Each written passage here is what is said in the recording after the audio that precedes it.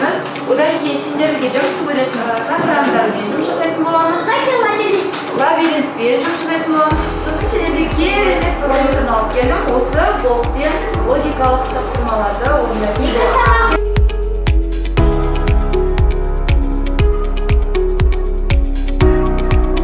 Уақыт беремін.